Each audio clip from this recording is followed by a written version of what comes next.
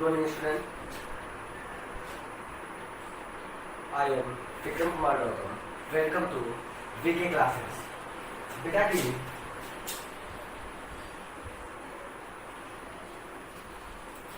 की अब तक हमने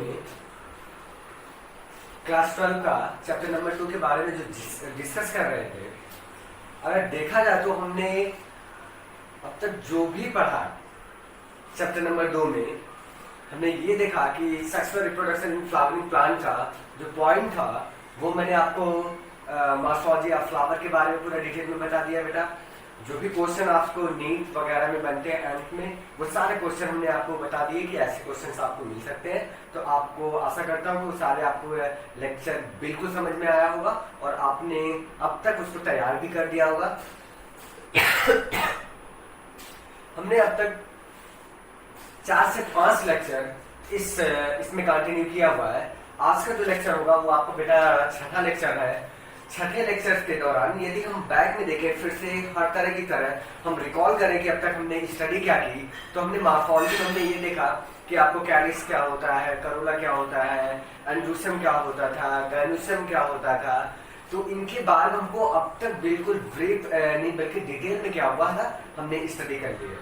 अगला मैं जो लेक्चर लेने जा रहा हूँ उसमें हमने पिछले लेक्चर्स का अगर देखा जाए तो पिछले लेक्चर्स में हमने अब तक जो पढ़ा, वो पिछला लेक्चर जो प्रीवियस लेक्चर हमारा गया था वो था बेटा आपको क्या कहते हैं स्टमेन, जो मेन गैमेट होता है, जिसमें हमने स्ट्रक्चर देखा स्टमेन्स का, और उसमें माइक्रोस्पोरेंजिया के बारे में हमने डिस्कस किया, एंथर क्या होता है, फिर हमने देखा फिलामेंट जनरली क्या होती है, उसके बाद हमने एंथर में कितने लोब पाए जाते हैं वो हमने देखा हुआ है, माइक्रोस्पोरेंजिया क्या होती है, माइक्रोस्पोरेंजिया के अंदर क्या बनता है, फिर हमने डिस्कस किया था बेटा आपको उसी पॉइंट पे आपको लास्ट में हमने डिस्कस किया हुआ था माइक्रोस्पोरेंजियम के बारे में ये सारे। अब उसी की पॉइंट अगर हम आगे कंटिन्यूअस करते हैं तो हमने माइक्रोस्पोरेंजिया का स्ट्रक्चर भी देखा था। तो जनरली हमने ये देखा स्ट्रक्चर माइक्रोस्पोरेंजिया का, और लास्ट पॉइंट जो एनसीईआरटी का था वो थोड़ा सा आपको कंफ्यूजन टाइप था, तो वो मैं दूर कर दूं, आपकी कंफ्यूजन दूर हो जाएगी कि माइक्रोस्पोरेंजिया क्या होता है जो लेक्चर के दौरान होता है। माइक्रोस्पोरेंजिया में हमने बताया कि आपको स्ट्रक्चर जो देखा था एंथर के अंदर पाई जाती थी, उसकी कितनी लेयर पाई जाती है, उसको कवर्ड कितनी करती, तो हमने बताया कि आपको 4 लेयर कवर्ड करती है। जो सबसे आउटर लेयर थी आपको एपिडर्मिस, दूसरी जो थी एंडोथेसियम, तीसरी मिडिल लेयर एंड लास्ट जो थी आपको सबसे इनर मोस्ट लेयर आपको बताया था टेप्टम।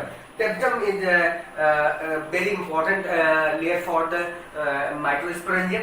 माइक्रोस्पोरेंजियम के लिए अगर देखा जाए तो जो टेप्टम थी वो बेटा बड़ी इंपॉर्टेंट लेयर थी, क्योंकि हमने बताया था उसको सिक्रेटरी लेयर भी कहा जाता है। बड़े बड़े एग्जामों में हमने कहा एम्स में कभी कभी पूछा गया हुआ है कि आपको सिक्रेटरी लेयर इनमें से कौन से, तो ध्यान रखिएगा कि वो टेप्टम थी जो सिक्रेशन करती थी, यूबिस बॉडी का फॉर्मेशन करती थी, अर्थात यूबिस बॉडी में कौन सा केमिकल होता था बेटा, स्पोरोपोलिन नाम का केमिकल होता था। क्लियर हुआ? स्पोरोपोलिन एक ऐसा केमिकल था जिसको हमने बताया कि अब तक कोई भी ऐसे नेचर में नेचुरल जो होती है कोई भी ऐसी एंजाइम नहीं है, कोई नॉट एनीवन, कोई भी एंजाइम अब तक ऐसी नहीं जो उसको क्या करे डाइजेस्ट कर सके। बड़े ही इंपॉर्टेंट केमिकल के बारे में हमने इसको देखा कि जो आप टेप्टम लेयर से सिक्रेट कर रहा था, ये देखा था हमने। अब अगली पॉइंट हमको ये देखना है कि जो टेप्टम लेयर थी बेटा वो एनसीईआरटी के लास्ट पॉइंट पे लिखा हुआ था कि टेप्टम जो लेयर होती है, टेप्टम जो लेयर होती है वो बेटा आपको ध्यान रखिएगा कि वो लेयर आपको क्या कराती थी, मल्टी टेप्टम लेयर, हाँ सॉरी, टेप्टम लेयर जो होती है उसकी जो सेल्स होती है वो जनरली आपको क्या होती है, आपको बाई न्यूक्लिएट होती है। एनसीईआरटी की लाइन देखा जाए तो देखो आपको साफ साफ लिखा हुआ है कि can you think of how tapetum cells could become binucleate. क्या आप बता सकते हो, क्या आप जानते हो कि टेप्टम सेल जो होती है वो आपको बाई न्यूक्लिएट क्यों होती है? तो उसका आंसर आपको हम बता रहे हैं बेटा कि एक्चुअली वो एनसीईआरटी क्वेश्चन कर रही है, तो उसको हमको क्या करना है कि आप बताओ कि हमने कहा कि टेप्टम जो जनरली सेल होती है वो आपको बाई न्यूक्लिएट, उसमें बाई न्यूक्लिएट का मतलब 2 न्यूक्लियस होता है। ऐसा क्यों होता है? क्योंकि वो सेल जनरली बेटा क्या था, इंडोमाइटोसिस करते हैं। इंडोमाइटोसिस करती है इसलिए करते हैं क्योंकि क्या होता है, टेप्टम जो लेयर होती है वो नरिशमेंट प्रोवाइड करती है माइक्रोस्पोरेंजिया के अंदर जो आपको क्या बनते थे, माइक्रोस्पोर। या फिर आपको पॉलन ग्रेन जिसे आप कहते हो, तो वो पॉलन ग्रेन को क्या करते हैं बेटा, नरिशमेंट प्रोवाइड करते हैं, क्योंकि तभी वो क्या करते हैं, पॉलन ग्रेन्स क्या होते हैं बेटा, लिविंग रह सकते हैं, लिव रह सकते हैं, क्योंकि उनको बार बार फूड प्रोवाइड करना ही चाहिए, क्योंकि हर एक कंडीशन में उसको क्या चाहिए, फूड चाहिए ताकि वो सर्वाइव कर सके। तो टेप्टम लेयर ही एक ऐसी मात्र लेयर थी जो आप उनको क्या करती है, फूड या फिर न्यूट्रिशन देती थी। तो उसको बार बार सिक्रीट करना पड़ता है आपको, तो वो सिक्रीशन करती है, तो उसको सिक्रीशन को बढ़ाने के लिए, क्योंकि सेल, ध्यान रखिएगा कि सेल जो होती है टेप्टम की, वो आपको बेटा उसकी साइज आपको ग्रो नहीं करती, बढ़ती नहीं है, कि आपको हमने डिवाइडेशन में आपको पढ़ाया होगा सेल डिवीजन में कि सेल क्या करती है, ग्रो करती, बढ़ती रहती है, उसका साइटोप्लाज्म क्या होता है, जनरली क्या होता है, बढ़ जाता है और फाइनली क्या सेल दो भागों में डिवाइड हो जाती है। लेकिन ऐसा नहीं होता है टेप्टम लेयर में। टेप्टम लेयर में एक्चुअली क्या होता है कि टेप्टम लेयर मोर इंपॉर्टेंट होती है फॉर द पॉलन ग्रेन्स, क्योंकि वो सिक्रेशन करती हैं, प्रोवाइड करती हैं, न्यूट्रिशन देती हैं, फूड प्रोवाइड करती हैं, तो उनको बार बार सिक्रेशन करना लगता है, more than more, much and much secretion provide for the pollen grain of the survival of the pollen grain, उनके सर्वाइवल के लिए ऐसा करती है। तो जनरली क्या होता है कि जो उनमें साइटोप्लाज्म होता है, जो टेप्टम की सेल की जो साइटोप्लाज्म होता है वो डेंस होता है, और क्या कह रहा है कि आपको बाइन्यूक्लियस होता है, वो मल्टी न्यूक्लियस भी हो सकता है, मल्टी न्यूक्लियस मतलब दो ही नहीं हो सकते, आपको दो से अधिक भी न्यूक्लियस हो सकते हैं, देखा गया कई स्पीशीज में पाए जाते हैं। तो वो डेंस होता है। अब आती है बात डेंस साइटोप्लाज्म की, तो ध्यान से सुनिएगा कि डेंस साइटोप्लाज्म क्यों कहा जाता है। डेंस का मतलब क्या, वो ठीक होगा ऐसा नहीं, आपने देखा होगा जेल या सॉल की तरह, तो आपको ध्यान रखना कि डेंस इसलिए होता है, डेंस का मतलब उस सेल में प्रोटीन का मीडियम ज्यादा होता है, क्योंकि साइटोप्लाज्म में आपको लिक्विड होता है, लिक्विड की फॉर्म में होते हैं और उसमें वाटर मीडियम ज्यादा होता है, लेकिन आपको डेंस जो होते हैं उसमें प्रोटीन्स की मात्रा क्या होती है, अधिक होती है। इसलिए होता है ऐसा क्योंकि उसको क्या करना पड़ता है बेटा, फूड प्रोवाइड करना पड़ता है, प्रोटीन्स वगैरह सारे देने पड़ते हैं, तो इसलिए वो सिक्रेशन करती रहती है अपने सेल्स के, सेलों से ही सिक्रेशन बनाता रहता है। अब पॉइंट आती है कि उसमें सिक्रेशन के लिए कैसे बनते हैं, क्योंकि उसको उसके जो डीएनए होते हैं, जो जनरली डीएनए क्या होता है, न्यूक्लियस के अंदर, तो डीएनए जो होता है वो एक्चुअली क्या होता है कि उसके पास क्या होता है, वो कार्य को एक ही न्यूक्लियस नहीं कर पाता, इसलिए वो क्या करता है बेटा, आपको इंडोमाइटोसिस करके उसका न्यूक्लियस जो होगा, जो जनरली हमने पढ़ा हुआ कि सेल डिवीजन में पढ़ा हुआ कि जो न्यूक्लियस का डिवाइडेशन होता है उसको हम कहते हैं कैरियोकाइनेसिस।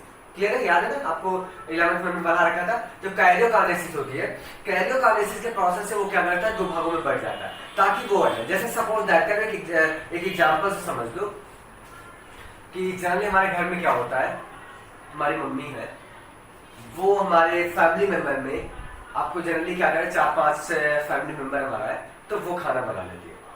क्लियर, अकेले आपको कुकिंग करती है, सबका जितने फैमिली मेंबर में है सबका साथ में एक अकेले खाना बना लेती है। लेकिन जनरली आपने सोचा ही, आप अपने पे ले जाइए कि आपकी मम्मी है, आपके फैमिली मेंबर भी है, लेकिन सपोज दैट करो यदि आपको एक ऐसा दिन आता होगा कि जैसे आपको क्या होगा, एक हमारे कुछ मेहमान आ गए हमारे घर पे, 2 या 4, उनको ठहरना पड़े, ठीक, तो मम्मी क्या करेंगी, उनका भी खाना थोड़ा सा बनाएंगे, थोड़ा सा वर्क ज्यादा करना पड़ेगा, ठीक। लेकिन सपोज दैट कि एक ऐसा दिन आया, कोई फंक्शन, सपोज कोई पार्टी आपने रखी हुई है ढेर सारे, तो क्या वो अकेले खाना बनाएंगे, नहीं, वो डायरेक्ट मना कर देंगे कि मैं इतने सारे लोगों का खाना एक साथ नहीं बना पाऊंगी, नहीं पाऊंगा, मुझे वर्क ज्यादा पड़ेगा।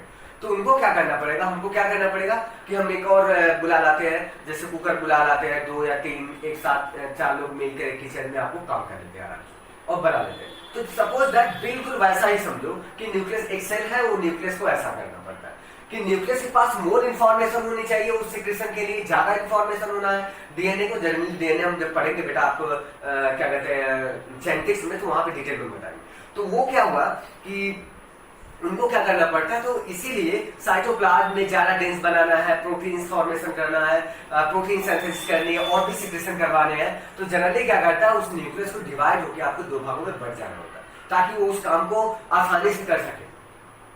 क्लियर है, इसलिए क्या होती है, वो उस सेल में आपको मल्टी न्यूक्लिएटेड होते हैं या बाई न्यूक्लिएटेड, आपको सिर्फ दिया बाई न्यूक्लिएटेड एंजाइम में, आपको मल्टी न्यूक्लिएटेड भी होता है, इसी वजह से ऐसा होता है। कंडीशन से उसका एग्जांपल, उसका आंसर था, जो एनसीईआरटी का क्वेश्चन जो था उसका आंसर ये था, इसलिए वो क्या करते हैं, डिवाइड करते हैं, उसमें न्यूक्लियस पाया जाता है। ठीक, क्लियर बात। अगली पॉइंट हम आते हैं अब क्या कि जो आपका पढ़ रहा था वो आज का लेक्चर का हम स्टार्ट करते हैं। आपको आज कोई क्वेश्चन नहीं देंगे बेटा, कि आपको लेक्चर आपको स्टार्ट करते हैं। तो आज का जो है पॉइंट वो आपको पढ़ना है बेटा माइक्रोस्पोरोजेनेसिस। यही बता रखा था, माइक्रोस्पोरोजेनेसिस।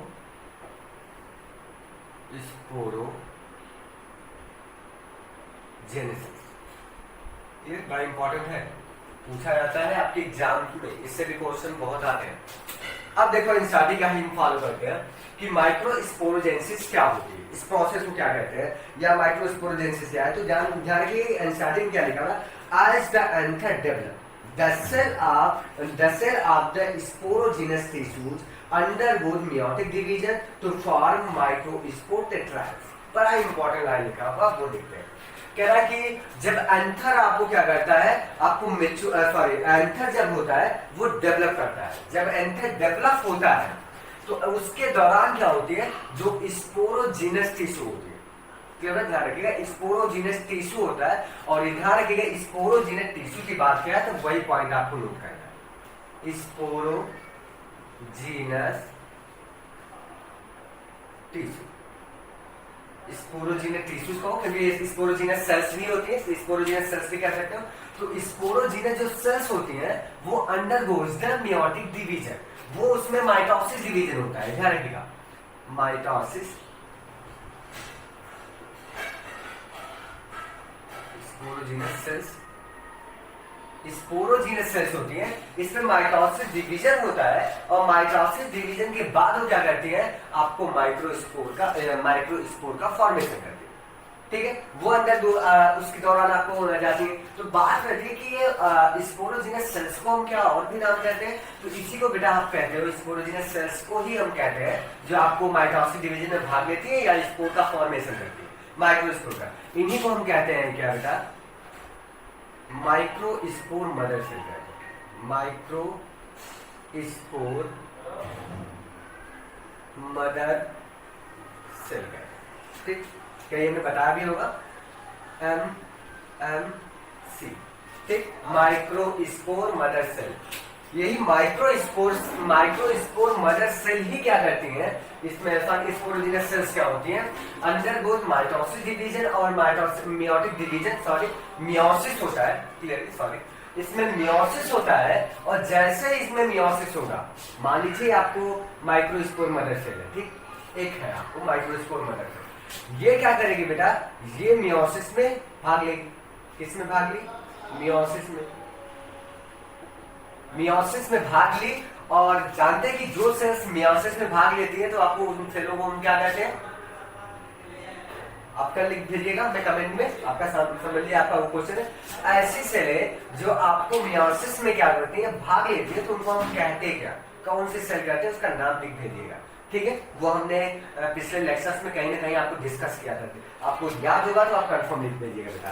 मियोसिस में जो भाग लेते हैं उनको हम क्या कहते हैं, कौन सी सेल्स कहा जाता है। तो ये आपको माइक्रोस्पोर मदर सेल मियोसिस में भाग ली और आपको माइक्रोस्पोर टेट्राड का फॉर्म करती है। अब ये कहता है कि टेट्राड क्या लिखा हुआ है, टेट्राड का मतलब वो क्या लिखा हुआ है, तो आपको माइक्रोस्पोर का फॉर्मेशन हुआ, तो 4 माइक्रोस्पोर बनेंगे, माइक्रोस्पोर टेट्राड इसलिए लिखा हुआ है एनसीईआरटी में कि टेट्राड का मतलब ये लिखा हुआ है कि वो जो 4 माइक्रोस्पोर बनते हैं, जब जस्ट मियोसिस से बनते हैं, जब मियोसिस से बनते हैं तो उनमें क्या होते हैं, चारों के चारों बेटा एक कॉमन वॉल से क्या होते हैं, कॉमन आउटर वॉल से क्या होते हैं, बिल्कुल अटैच होते हैं एक दूसरे से, उनकी एक कॉमन वॉल होती है, जबकि वो चारों अलग नहीं होते। तो इसलिए इस फॉर्म में आपको चारों एक साथ है, तो उसलिए हम उसको कहते हैं माइक्रोस्पोर टेट्राड। और एनसीईआरटी का फिगर आपको दिखा देते हैं बेटा, आपको समझ में आएगा माइक्रोस्पोर टेट्राड का फिगर कहाँ बना है, आप खुद बनाना पड़ेगा। तो आप देख लीजिए, ये सबसे ऊपर वाला जो ए वाला फिगर दिया है, देख लीजिए, आपको 4 माइक्रोस्पोर दिख रहे हैं और एक कॉमन वॉल से क्या हो गए, अटैच है। ठीक है, तो इसको हम कहते हैं, आपको टेट्राड कंडीशन में कहते हैं। तो जब भी मियोसिस होगी, मियोसिस होने के बाद क्या होगा कि जब आपको माइक्रोस्पोर मदर सेल या फिर आपको स्पोरोजीनस सेल्स जो होंगी वो आपको undergoes the meiosis division and to form the microspore tetrad. जो माइक्रोस्पोर बनेगा वो क्या बनेगा आपको बेटा, टेट्राड होता है, जो टेट्राइड्स होते हैं, ऐसे लिखा माइक्रोस्पोर टेट्राइड। ठीक, टेट्राइड होता है, माइक्रोस्पोर टेट्राइड था, 4 आपको क्या होते हैं, माइक्रोस्पोर आपस में फ्यूज होंगे। वो जनरली बाद में जब बेटा आपको मेच्योर होते हैं फिर उसके बाद वो सेपरेट हो जाते हैं, अलग हो जाते हैं और बनाते हैं क्या, पॉलन ग्रेन बनाते हैं। ध्यान रखिएगा, उसी को हमने बताया वो माइक्रोस्पोर होते हैं, फिर वो आपको बेटा क्या होता है कि आपको डिवाइड हो जाते हैं, डेवलपमेंट होता है उनका, और वो क्या होते हैं, कन्वर्ट हो जाते हैं किसमें, आपको कन्वर्ट हो जाते हैं, सारे सेपरेट हो जाएंगे जब यहाँ से, तो अब बन जाएगा, वो बनाते हैं पॉलन ग्रेन। क्या रखिएगा, पॉलन ग्रेन का फॉर्मेशन करते हैं। अब कहोगे बेटा ध्यान रखिएगा कि कहीं कहीं हमने बताया कि माइक्रोस्पोर को ही हम क्या कहते हैं, पॉलन ग्रेन। नहीं बेटा, माइक्रोस्पोर को हम पॉलन ग्रेन नहीं कहते। देखो pollen grain microspore is the just after meiosis. Meiosis के बाद जैसे ही बनता है, जो शुरुआत होती है, वो माइक्रोस्पोर कहलाता है। लेकिन जब सेपरेट हो जाता है, मेंटेन हो जाता है, डेवलप हो जाता है, तो बेटा आपको क्या होती है, उनमें 2 सेल आपका फॉर्मेशन हो जाता है। अभी हम देखेंगे वेजिटेटिव सेल बन जाती है और जेनेटिव सेल बन जाती है, तब वो आपको क्या कहलाता है, पॉलन ग्रेन्स कहलाते हैं, जैसा मैंने लिखा हुआ देखेंगे। तो ये ध्यान रखेगा, पॉलन ग्रेन्स आपको जनरली एडल्ट होता है, मेच्योर किया हुआ पार्ट है, जो एंथर में आपको पाया गया हुआ, वो पॉलन ग्रेन होता है। लेकिन जब शुरुआत मियोसिस के जस्ट बाद में ही जैसे ही बना होता है आफ्टर मियोसिस के, तो वो आपको क्या कहलाते हैं, माइक्रोस्पोर कहलाता है। ठीक है, माइक्रोस्पोर पॉलन ग्रेन में बिल्कुल आपको साफ साफ क्लियरली हो गया, क्लियर हो। अब देखते हैं क्या होता है एंसाइटिन कैन का। अब कंडीशन क्या होती है कि एंसाइटिन एक पॉइंट लिखा हुआ है, what would be the ploidy of the cells of the tetrad. क्या आप बताओगे प्लॉइडी टेट्राड सेल की, माइक्रोस्पोर जो टेट्राड था उसकी प्लॉइडी क्या होती है, तो आप बताओगे बेटा, उसका आंसर है क्लियर, आपको यन होता है, अर्थात हैप्लॉइड होता है, डिप्लॉइड नहीं होता है। क्लियर है, चारों आपको जो सेल्स हैं, आपको इसमें सारे अलग अलग न्यूक्लियस होते हैं, उनमें हैप्लॉइड कैरेक्टर होता है, उनकी पोलैरिटी जो होगी वो हैप्लॉइड होगी, ध्यान रखिएगा। क्योंकि मियोसिस के द्वारा बना था, इसलिए वो सदैव क्या हुआ, क्रोमोसोम नंबर हाफ हो गए होंगे और प्रत्येक आपको माइक्रोस्पोर में, और वो कैसा नेचर का होगा, हैप्लॉइड होगा, जिसको हम यन से प्रेजेंट करते हैं। क्लियर हुआ। अब आगे हम देखते हैं आगे पॉइंट में कि बेटा आपको क्या होता है, each in cell of the sporogenic tissue is capable of the give rise to microspore tetrad, each one is the potential point for the microspore mother cell and process of the formation of microspore from the pollen mother cell through meiosis is called microsporogenesis. बड़ा important point लिखा हुआ है, क्या कह रहा है वो बेटा कि जनरली क्या होता है कि जो एज इन आपको क्या कह रहे हैं, इस स्पोरोजिनस सेल्स, वो लिखा है साथ में, प्रत्येक स्पोरोजिनस टिश्यूज की जो सेल्स होती हैं वो जनरली कैपेसिटी रखते हैं, कैपेबल होती है आपको to form the microspore tetrad. प्रत्येक हर सेल क्या करेंगे, आपको टेट्राड माइक्रोस्पोर का कैपेसिटी रखती है फॉर्मेशन करने की। ठीक है, क्लियर हुआ, वो इंसाइड करेंगे। फिर उसके बाद कह रहा है कि वही हमने कहा कि इसमें क्या होता है, ये माइक्रोस्पोरोजिनस सेल्स जो होती है, या फिर जिसे कहते हो माइक्रोस्पोर मदर सेल, ध्यान रखिएगा, माइक्रोस्पोर मदर सेल इंसाइड का एक्चुअल जो डिफरेंस लिखा वो ये पॉइंट लिखा हुआ क्या कि माइक्रोस्पोर मदर सेल, माइक्रोस्पोर आपको उसकी डिफिनेशन लिखा हुआ है कि आपको जनरली क्या होता है, the process of formation of microspore, इसी प्रोसेस को तो हम माइक्रोस्पोरोजेनेसिस कहते हैं, process of formation of microspore. तो इसमें क्या होता है, द माइक्रोस्पोर मदर सेल, ठीक है, क्या कहते हो बेटा, माइक्रोस्पोर मदर सेल, या फिर एक और वर्ड लिखा हुआ है इंसाइड का, वो भी लिख सकते हो, माइक्रोस्पोर आर करके लिखा हुआ, आर पॉलन मदर सेल लिखा है। क्या कहते हैं इसको, आर करके ऊपर लिख लो बेटा, pollen, sorry pollen mother cell, ठीक, या फिर ब्रैकेट में इसको लिखेंगे PMC लिखा हुआ है, स्टार्टिंग लिखा हुआ है, ध्यान से पढ़ेंगे सुनिएगा, पॉलन मदर सेल्स, या फिर कहेंगे माइक्रोस्पोर मदर सेल्स, आपको क्या करें, undergoes through the meiosis, या फिर जनरली कह सकते हैं through the meiosis to form the microspore tetrad, and this process is called as the microsporogenesis. यही तो कहेंगे, माइक्रोस्पोर के फॉर्मेशन की प्रोसेस को ही हम कहते हैं माइक्रोस्पोरोजेनेसिस। क्लियर हो गया। तो ये एंजाइटी का मैटर बड़ा इंपॉर्टेंट लिखा हुआ था, डिफिनेशन आपको मिल गई, तो आप कह सकते हो आपको pollen mother cells through meiosis is called microsporogenesis.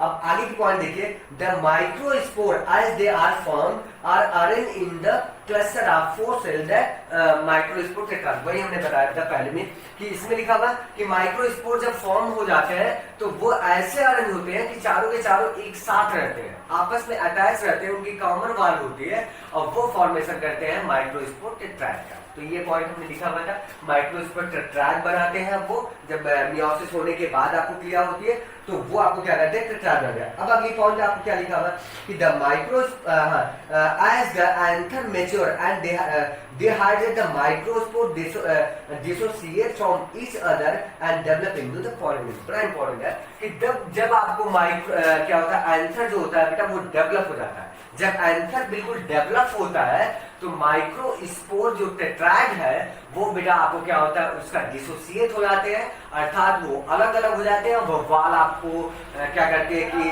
Degenerate हो जाती है, अपनी अपनी वाल का फॉर्मेशन कर लेते हैं। ठीक, चारों के चारों माइक्रोस्पोर क्या होंगे, अलग हो जाएंगे और फॉर्मेशन करते हैं किसका, पॉलन ग्रेन का। अब जाके ध्यान रखिएगा, अब पॉलन ग्रेन करते हैं डिहाइड्रेशन का, एंथर का डिहाइड्रेशन हुआ, अर्थात वाटर क्या होगा उसमें, वाटर मीडियम कम हो गया। वाटर जैसे कंडीशन समझो कि कैसे क्यों होता है, जनरली हमको क्या होता है कि जब आपको मेच्योर होना होता है, मेच्योर हो जाता है एंथर तो क्लियरली उसमें डिहाइड्रेशन होने लगता है। और डिहाइड्रेशन का मतलब वो सूखने लगेगा बेटा, उसमें जो कनेक्टिव होता है, फिलामेंट से कनेक्टिव होती है, वो वाटर सप्लाई करती रहती है, तो वो वाटर सप्लाई को क्या करता है, बंद कर देता है, कट कर देता है। जब वाटर सप्लाई आपको वहां पे नहीं पहुंचती है तो उसका डिहाइड्रेशन होने लगता है एंथर का, और एंथर सिकुड़ने लगता है, और कंडीशन क्या आती है, एक ऐसी स्टेज आएगी कि वो सिकुड़ जाएगा और वो उसके वाल जो होती है ब्रश कर जाती है। जो आपको एंथर की वाल हमने देखा था 4 बार, तो ऊपर की 3 वाल क्या होती है, जनरली ब्रश कर जाती है, और जो टेप्टम वाल हो जाती है बेटा वो पहले से आपको डिजेनरेट हो जाती है, जैसे ही ब्रश करके उसको निकलना होता है पॉलन ग्रेन्स का, तो वो सेपरेट हो जाते हैं और सारे सेपरेट होकर पॉलन ग्रेन्स का फॉर्मेशन करते हैं, और वहां से वो क्या करते हैं, उसका डिहेसेंस हो जाता है या फिर वहां से निकल जाते हैं पॉलन ग्रेन्स। क्लियर हुआ कि पॉलन ग्रेन क्या करते हैं, वो रिलीज कर जाते हैं। यही पूरी एनसीईआरटी में पॉइंट लिखा हुआ है। तो कंडीशन क्या हुआ, समझ में बिल्कुल आया होगा कि माइक्रोस्पोरोजेंसिस क्या होती है। बड़ा छोटा सा पॉइंट उसमें लिखा हुआ था कि माइक्रोस्पोरोजेंसिस क्या है। तो हमने बताया कि माइक्रोस्पोरोजेंसिस फॉर क्या होता है, the spore mother cell undergoes the meiosis division and to form the या produce to microspore tetrad, it's called as microsporogenesis। Clear हो गया, माइक्रोस्पोरोजेंसिस हुई। जो आपको हमने बताया माइक्रोस्पोर टेट्राड क्या होते हैं वो हमने देखा कि अटैच रहते हैं। फिर उसके बाद बेटा उसका क्या होता है, एंथर का आपको मैच्योर करता है, डिहाइड्रेशन होता है, और वो क्या करते हैं, जो उनमें माइक्रोस्पोर टेट्राड आपको देख रहे थे वो डिसोसिएट हो जाते हैं, सेपरेट हो जाते हैं और पॉलन ग्रेन्स का निर्माण करते हैं। क्लियर हो गया। अब इतनी पॉइंट आपको ध्यान रखना है। अगली पॉइंट आपको दिया हुआ क्या, पॉलन ग्रेन, जो एनसीईआरटी में आपको दिया हुआ था। हमने कहा एनसीईआरटी के सीक्वेंस पे ही चलते हैं। अब आपको आई बात एनसीईआरटी में पॉलन ग्रेन क्या होता है। क्लियर हुआ, ये पॉइंट आपको देखना,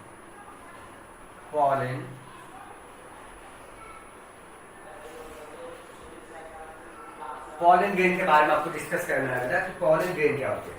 देखते हैं एनसीईआरटी में बड़ा लंबा चौड़ा कहानी लिखा हुआ, लेकिन फिलहाल आपको वहां तक बताते हैं कि पॉलन बड़ी इंपॉर्टेंट, इससे क्वेश्चन बहुत सारे बनते हैं। देखो ध्यान रखिएगा पॉलन ग्रेन क्या होता है। तो ध्यान रखिएगा कि पॉलन ग्रेन में आपको लिखना है the pollen grain represent the male gametophyte.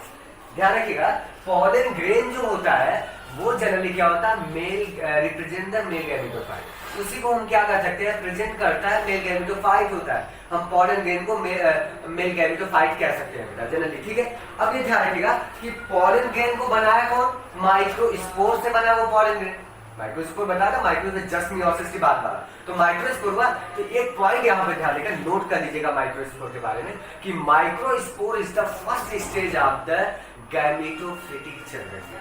Clear है, याद है, ध्यान रखिए, फिर से सुनेगा कि microspore is the first stage of gametophytic generation. जो गैमेटोफिटिक जनरेशन होती है उसकी जो पहली स्टेज होती है वो होती है क्या, माइक्रोस्पोर।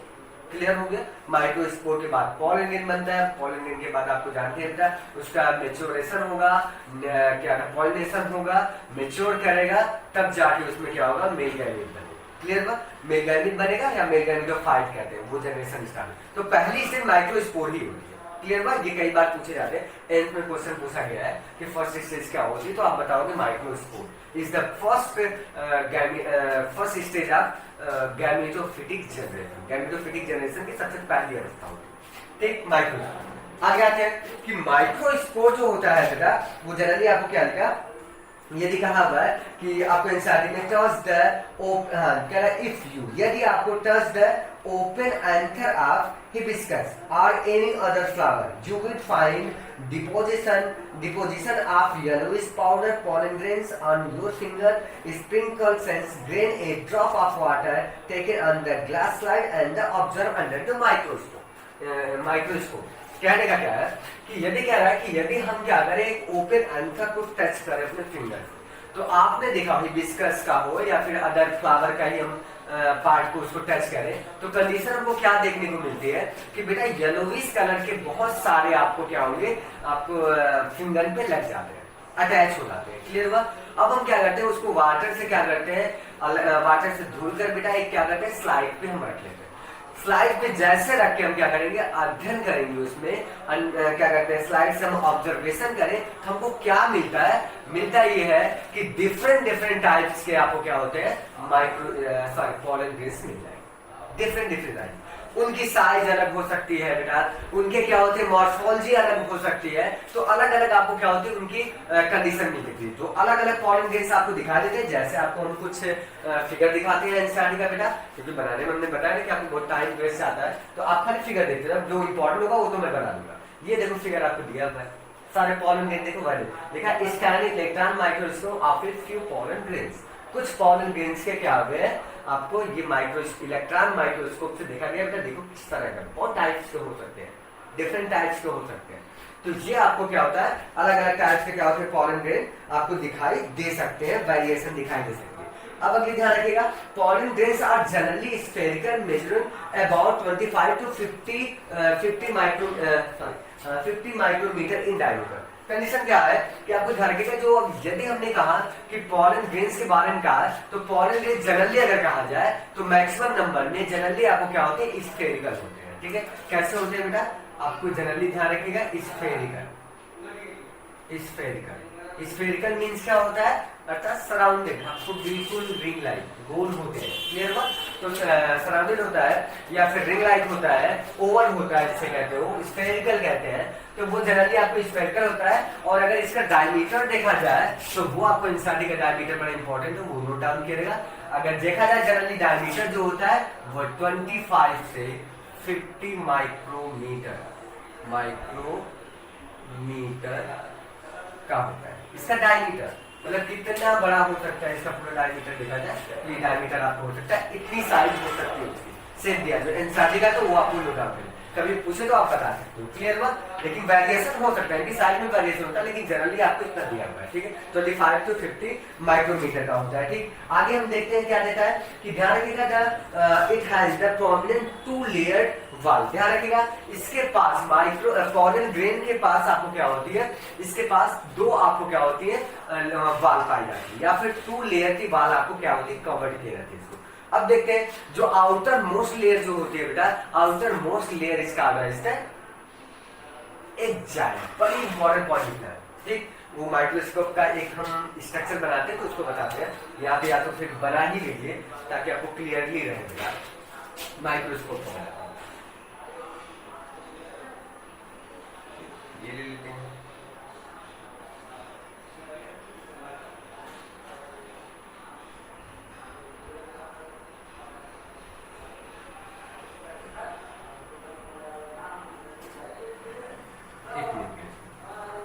ये न्यूक्लियस है, फिर ध्यान रखिएगा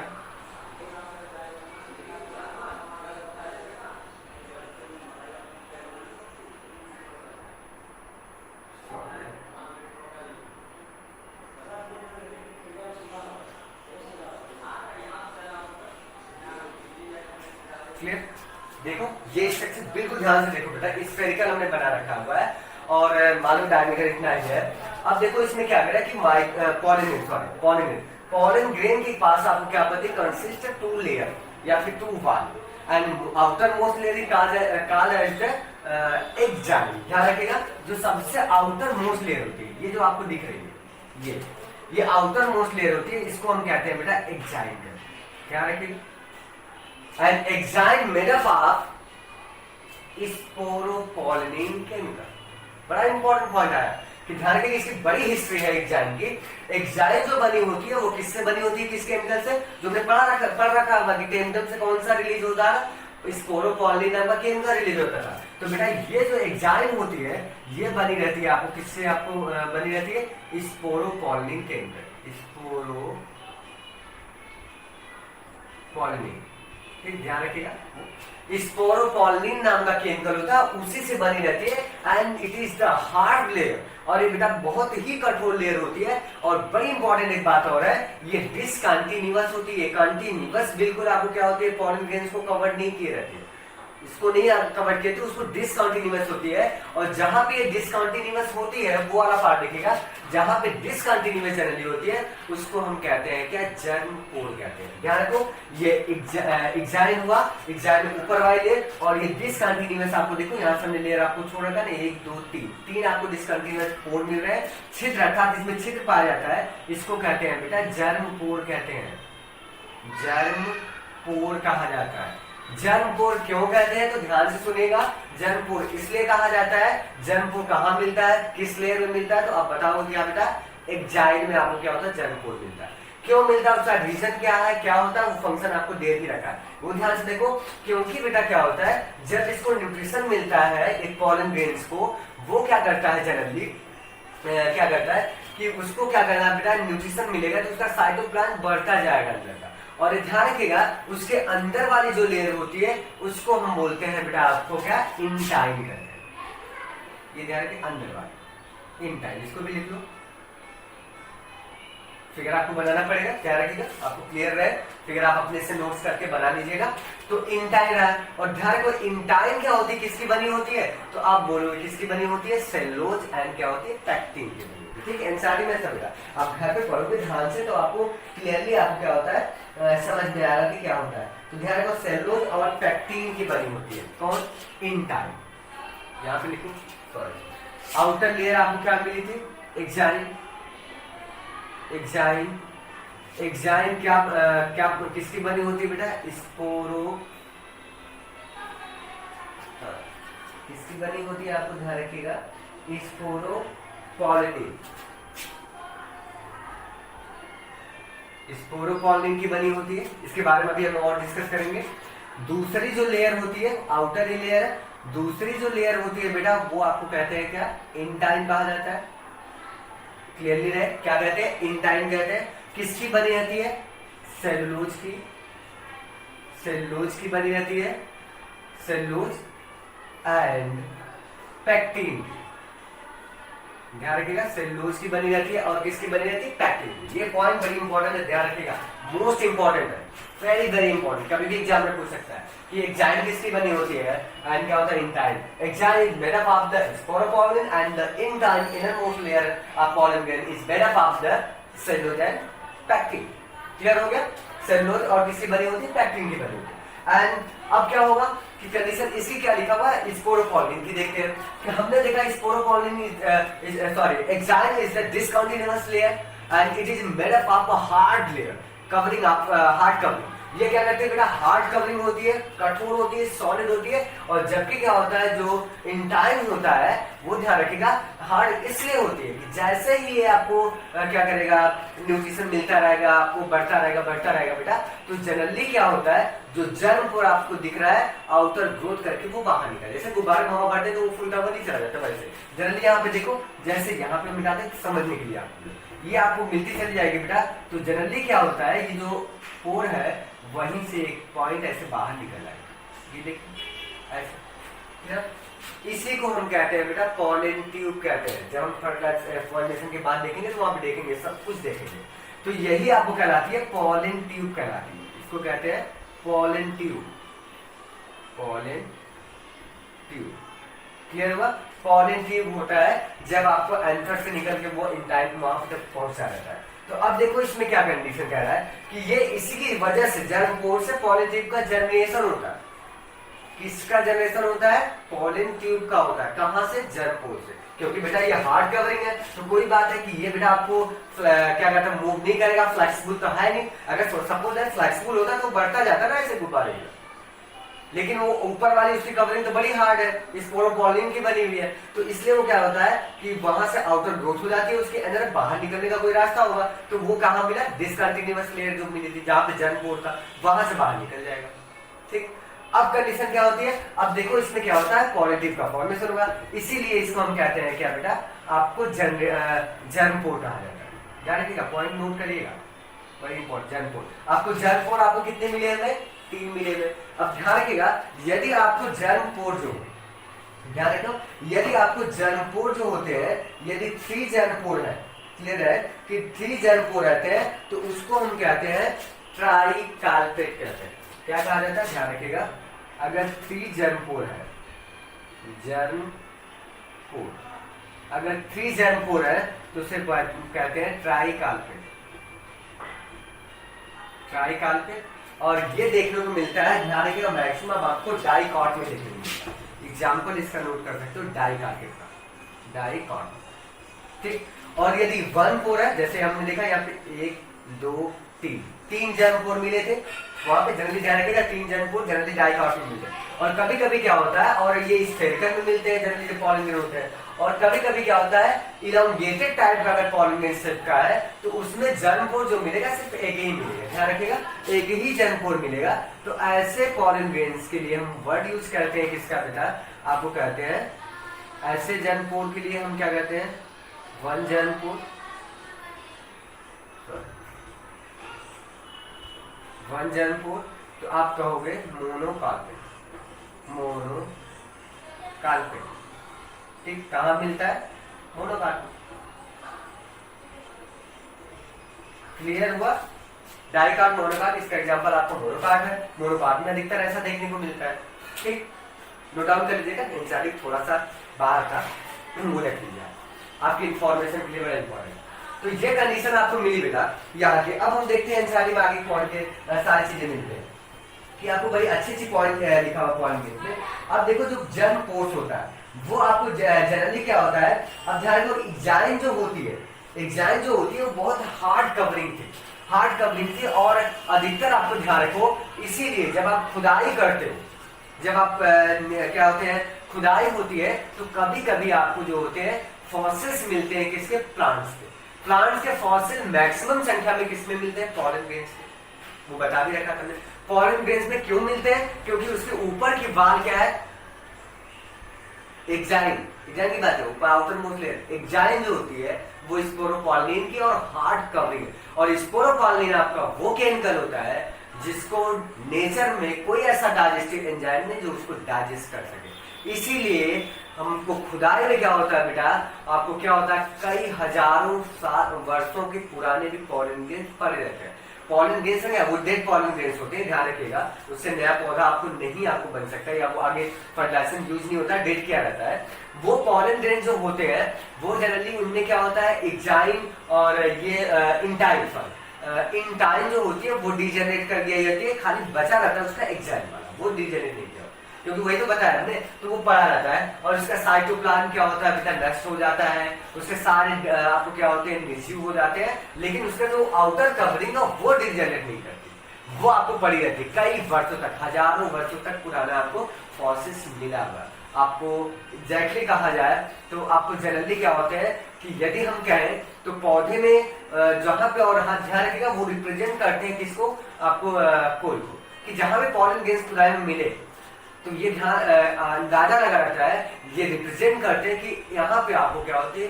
कोल मिल सकता है, कोयला मिल सकता है। क्यों ऐसा? कोयले से इसका रिलेशन क्या है? तो सिंपल सी बात है बेटा, जो जमीन के अंदर दबे हुए जो आपको पौधे होते हैं वही तो कोल में ही कन्वर्ट हुए होते हैं, वही कोल में कन्वर्ट होते हैं, जिसको आज हमारा भारत पूरे वर्ल्ड में आपको कोयला सप्लाई करने वाला देश आपको बनना चाहता है, और है भी, आपको बहुत सप्लाई करता है कोल में। तो ध्यान रखिएगा, वो बहुत सारी खदानें मिलती है हमारे कोल से, और आपको पता भी है कि कोयले की खदान से ही आपको क्या निकाले जाते हैं बेटा?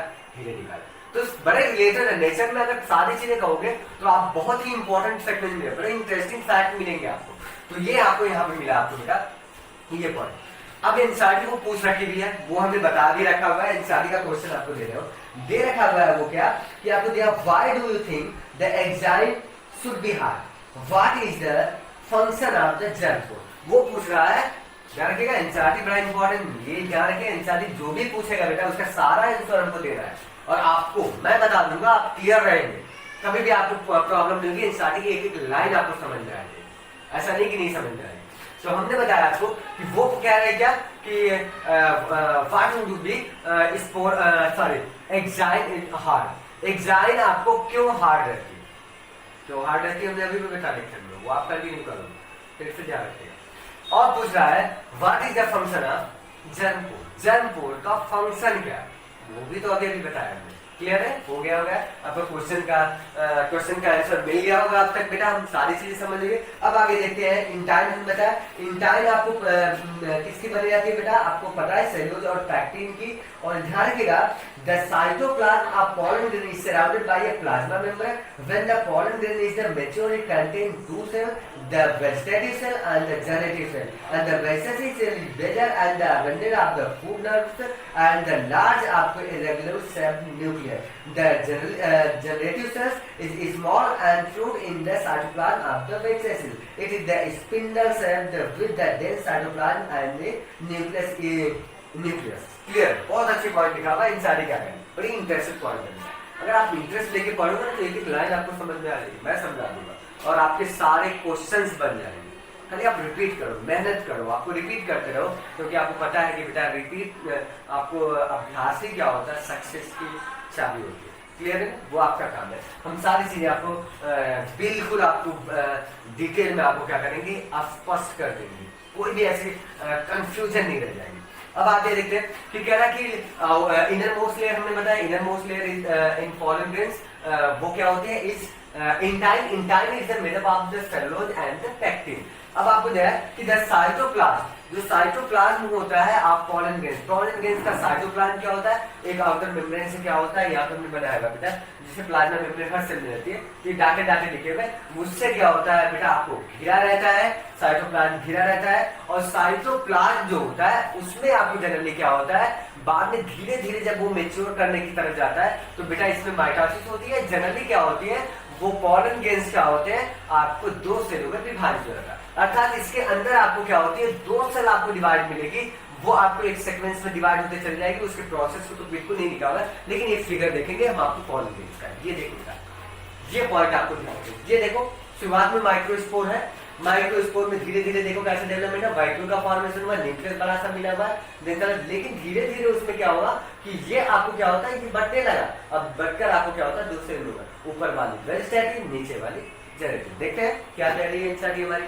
देखना है ध्यान से सुनो कि pollen grains में जो साइटोप्लाज्म होता है उसमें बड़ा सा न्यूक्लियस पाया रहता है, धीरे धीरे वो कंडीशन क्या होती है, वो क्या आपको डिवाइड हो जाती है बेटा टू सेल स्टेज में, जो pollen grains के अंदर, ये ध्यान रखिए वो pollen grain डिवाइड नहीं होता है, उसके अंदर का साइटोप्लाज्म आपको डिवाइड होकर आपको अलग अलग होता है। ध्यान रखो जो आपको स्फेरिकल होता है, जो बिगर होता है, वो जनरली आपको क्या होता है, आपको वेजिटेटिव सेल होती है, और उसको जो उससे छोटी वाली जो होती है, शॉर्टर होती है, इनोंगेटेड सेल जो होती है, वो बेटा आपको क्या होती है, जनरेटिव सेल। तो आपको pollen grains के अंदर कितने आपको सेल मिले, तो दो सेल मिले आपको बेटा, दो सेल pollen grains के अंदर मिले, 2 सेल इन pollen grain, दो सेल मिलते हैं pollen grains के अंदर। अब वो कौन कौन से थे, पहली जो सेल हमने बताई वो थी वेजिटेटिव, वेजिटेटिव सेल, ठीक। दूसरी जो सेल मिलेगी उसको हम कहते हैं बेटा generative cell, generative, generative cell कैसे, ठीक। वेजिटेटिव सेल और जनरेटिव सेल, उसको हम फिगर बना लेते हैं, शादी का थोड़ा सा फिगर आपको दिया होगा, उसको हम क्लियर कर लेते हैं कैसे बना, बड़ा नाम है, इसको रिमूव कर ले बेटा, ये तो आप बना चुके होंगे। जैसे देखिए ये थोड़ा सा डाउट आपको है, उसमें बताया नहीं, उसमें थोड़ा सा फिगर नाम, लेकिन इसके ऊपर की लेयर भी आपको है। ये मान लीजिए,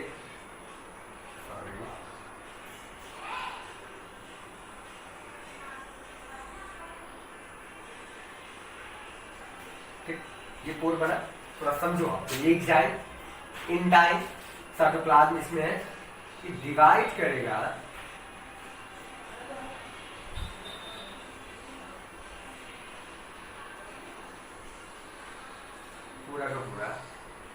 ऐसे दिया होगा, ये दो भागों में डिवाइड है। इसका न्यूक्लियस इसके पास इलोंगेटेड होती है और इसका न्यूक्लियस साइटोप्लाज्म पूरा भरा रहेगा। ध्यान रखो साइटोप्लाज्म बिल्कुल भरा रहेगा, इसमें भी उसमें। क्लियर हो गया? आपको साथ साथ एक रेड कलर से आपको दिया ने रिमार्क भी किया होगा बेटा, सॉरी ऐसे ऐसे किया। अब ध्यान रखो कि जो सबसे बड़ी वाली है, जो आपको बिगर है, वो क्या हमने बताया था? वेजिटेटिव सेल, ये वाली, ये रही, ठीक, इसको कहते हैं वेजिटेटिव सेल। Vegetative cell. और ये वाली जो आपको दिख रही है छोटी वाली, जो सॉर्टर है, वो आपको है जनरेटिव सेल। जनरेटिव सेल, ठीक। वेजिटेटिव सेल क्या करती है? जनरेटिव सेल का क्या फंक्शन है? ध्यान से सुनो कि vegetative cell is the bigger and dense cytoplasm, उसके पास डेंस साइटोप्लाज्म होता है और बिगर होती है। ऐसा क्यों होती है? क्योंकि वो न्यूट्रिशन प्रोवाइड करती है। किसको? जनरेटिव सेल को। वो आपको फूड प्रोवाइड करती है, न्यूट्रिशन देती है, फूड का सोर्स होती है, वो फूड करवाती है vegetative cell. And then generative cell is the most important cell and to generate the milk gamete. ध्यान सुनो कि आपको हमने ये कहा कि जो वेजिटेटिव सेल होती है वो फूड प्रोवाइड करती है, नरिशमेंट देती है और उसका डेंस साइटोप्लाज्म होता है और उसका बिगर भी होती है। और ये जो जनरेटिव सेल होती है उसमें फ्लोटिंग करती है, उसके अंदर रहती है। वेजिटेटिव सेल के अंदर ही जनरेटिव सेल फ्लोट करती है, तैरती होती रहती है उसके साइटोप्लाज्म में। और जनरेटिव सेल क्या करती है? Generative cell generates the male gamete, वही तो आपको मेल गैमेट का फॉर्मेशन करती है। जेनेटिक सेल में ही डिवाइडेशन होता है, माइटोसिस। और बाद में जेनेटिक सेल आगे देखेंगे हम, बाद में जेनेटिक सेल ही क्या करती है? दो भागों में डिवाइड हो जाएगी, दो सेल बनाएगी, नई सेल, और उसी सेल को हम कहते हैं क्या? मेल गैमेट्स कहा जाता है। तो ये जेनेटिक, इसीलिए हम इसको कहते हैं बेटा जेनेटिक सेल। ये भाग नहीं लेती है मेल गैमेट बनाने में वेजिटेटिव, ये तो फूड न्यूट्रिशन प्रोवाइड करती है, ठीक। तो हम आगे देखेंगे, ये पॉइंट आपको साफ साफ उसमें लिखा था। अब क्लियरली क्या हमको मिलता है कि आपको मिला कि पॉलन ग्रेन, पूछा गया क्वेश्चन है वो, pollen grain two cell stage, ठीक। पॉलन ग्रेन कितने सेल स्टेज होता है? यहाँ पे देखो दो सेल स्टेज। कौन कौन सेल आपको प्रेजेंट होती है बेटा? Vegetative and generative. क्लियर हुआ? फिर हम देखते हैं कि टू सेल स्टेज तो होती है, ध्यान देखो टू सेल स्टेज होता है, टू सेल स्टेज होता है। ये micro sorry pollen grain two cell stage होते हैं, पॉलन ग्रेन। लेकिन क्या एनसीईआरटी में मेंशन है, सब एनसीईआरटी में आपको है कि 60% of angiosperm, 60% of angiosperm pollen grain is two cell stage, दो सेल स्टेज होते हैं 60%। और अंदर 40% कहोगे, 40% अंदर जो एंजियोस्पर्म होते हैं बेटा, उनमें क्या होता है? वो टू सेल स्टेज नहीं होते हैं। तब कितने सेल स्टेज होते हैं? 3 सेल स्टेज होते हैं। क्लियर हुआ?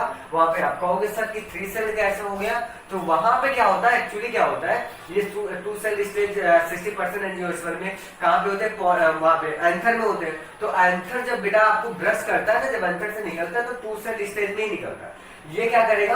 आपको स्टिग्मा पे पहुंचता है, पिस्टिल के, हमने देखा था, पिस्टिल के स्टिग्मा पे जब पहुंचेगा वहां पे नरिशमेंट करेगा स्टिग्मा से, वहां पे आपको पॉलन ट्यूब बनेगी। जो पॉलन ट्यूब हमने बता रखा था ना, वो जनरली आपको एंथर के अंदर आपको सर्वाइव करके नहीं बनता है। वो आपको क्या करता है कि जब फ्लोट करके आपको स्टिग्मा के ऊपर जाते हैं, वहां पे जब न्यूट्रिशन मिलने लगता है तो वो आपको मेच्योर करने लगता है पॉलन ग्रेन, तो वहां से ट्यूब निकल जाती है जर्म पोर्ट से। तब जाके आपको वहां पे क्या होता है? वो जेनेटिक सेल डिवाइड कर जाती है और जो पॉलन ट्यूब होता है वो मेल गैमेट को ले लेती है, वो कैप्चर करती है मेल गैमेट को, ले जाती है वहां पे। और मेल गैमेट कितने होते हैं? 2 होते हैं, ध्यान सुनिएगा। इसीलिए sexual reproduction in flowering plant बहुत इंटरेस्टेड है। क्यों? क्योंकि उसमें 2 मेल गैमेट बन रहे हैं और वो दोनों क्या होते हैं बेटा? आगे देखेंगे, फ्यूज करते हैं। इसीलिए हमको sexual reproduction in flowering plant में आपको एक बहुत इंपॉर्टेंट पढ़ना पड़ेगा, डबल फर्टिलाइजेशन पढ़ना पड़ेगा। हम देखेंगे वहां पे जो उनकी सेल होती है फीमेल मेगा स्पोर जो होता है, वो आपको 7 सेल एंड 8 न्यूक्लियर होता है। देखेंगे, सब बाद में देखेंगे, फिलहाल हमको यहाँ पे देख रहे हैं। तो यहाँ पे आपको क्या करना है कि हमने बताया 2 सेल स्टेज होता है, 60% में आपको पॉलन ग्रेन्स, और ये बाद में आपको जेनेटिक सेल डिवाइड करती है और पॉलन ट्यूब के बनने के बाद आपको फीमेल पिस्टिल के पास पहुंचने के बाद। लेकिन क्या होता है अंडर द 40% में आपको क्या होता है? 40% ऑफ एंजियोस्पर्म के 40% भाग में क्या होता है? पौधों में जनरली क्या होता है? वो 3 सेल स्टेज पॉलन ग्रेन होते हैं। 3 सेल स्टेज, नोट कर लीजिएगा, 3 है आपको एनसीईआरटी दिया है, 3 सेल स्टेज होते हैं, 3 सेल स्टेज होता है बेटा। और 3 सेल स्टेज का मतलब ये होगा कि आपको एंथर के अंदर ही जब पॉलन ग्रेन रहता है तभी उसकी जनरेटिंग सेल क्या होती है, डिवाइड होकर मेल गैमेट बना लेती है, समझ में? वो वहीं पे आपको मेल गैमेट पहले ही बन गया होगा, इसलिए उस दौरान हम कहते हैं क्या कि ये 3 सेल स्टेज, क्योंकि 2 गैमेट, 2 जनरेटिंग सेल डिवाइड हुई, 2 सेल बना देती है और 3 सेल स्टेज हो जाता है। क्लियर हुआ? तो इस तरह के आपको फंडामेंटल इसमें दे रखे थे बेटा। लेक्चर शायद आपको ज्यादा बड़ा हो गया होगा, लेकिन हम देख लेते हैं बेटा, आपको ज्यादा लेक्चर ना हो, क्योंकि अभी भी एनसीईआरटी के आगे की पॉइंट आपको बची हुई है, ठीक है? हम यहीं पे अपने लेक्चर्स को क्या करते हैं, स्टॉप करते हैं बेटा। आगे का जो पॉलन ग्रेन्स के बारे में बहुत ढेर सारी कहानियों की तरह लिखा हुआ है एनसीईआरटी में, वो सब हम देखेंगे, बड़ा इंटरेस्टिंग पॉइंट आगे भी मिलेगा आपको। लेकिन ध्यान रहे, आपको 2 चीजें आपको समझ में आई, माइक्रोस्पोरोजेनेसिस क्या होती है प्रोसेस का, वो ध्यान आया, और आपका आज का लेक्चर था पॉलन ग्रेन्स क्या होते हैं वो मिलेगा। माइक्रोस्पोर और पॉलन ग्रेन्स में डिफरेंशिएशन हमने बता दिया, दोनों अलग अलग आपको टर्मिनोलॉजी है बेटा। माइक्रोस्पोर अलग होते हैं, पॉलन ग्रेन्स अलग होते हैं। पॉलन ग्रेन्स में हमने देखा आपको साथ में क्या, एक्साइन मिली, एंटायर मिली, किसकी बनी होती है, सब हमने डिस्कस किया। उसके बाद 2 सेल स्टेज लास्ट में देखा और 3 सेल स्टेज भी देखा, कितने परसेंटेज में मिलता है। तो ये आपको एनसीईआरटी के बड़े इंपॉर्टेंट है, ठीक है? तो बेटा पढ़ते रहो, हार्ड वर्क करते हो। Thanks and best of